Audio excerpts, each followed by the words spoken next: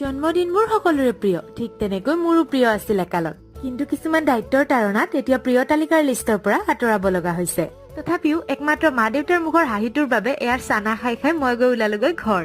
জীয়েক ঘৰলৈ আহিছে, তাতে আকৌ জীয়েকৰ জন্মদিন, গতিকে মাৰ গাত আৰু তত থাকিবনে? আৰু এয়া মাৰ্চৰ 22 তাৰিখ, মানে মোৰ বাৰ্থডে। মোৰ জন্মবাৰটো আছিল বৃহস্পতিবাৰ, কিন্তু নাজানো কিয় এইবাৰ শুকুৰবাৰ পৰিল। যি কি নহওক, গা ধুই আগতে এয়া সেৱা ললো। ইফালে মা-দেউতাই মোক হেপী বাৰ্থডে উইচ কৰিব চাব দেই।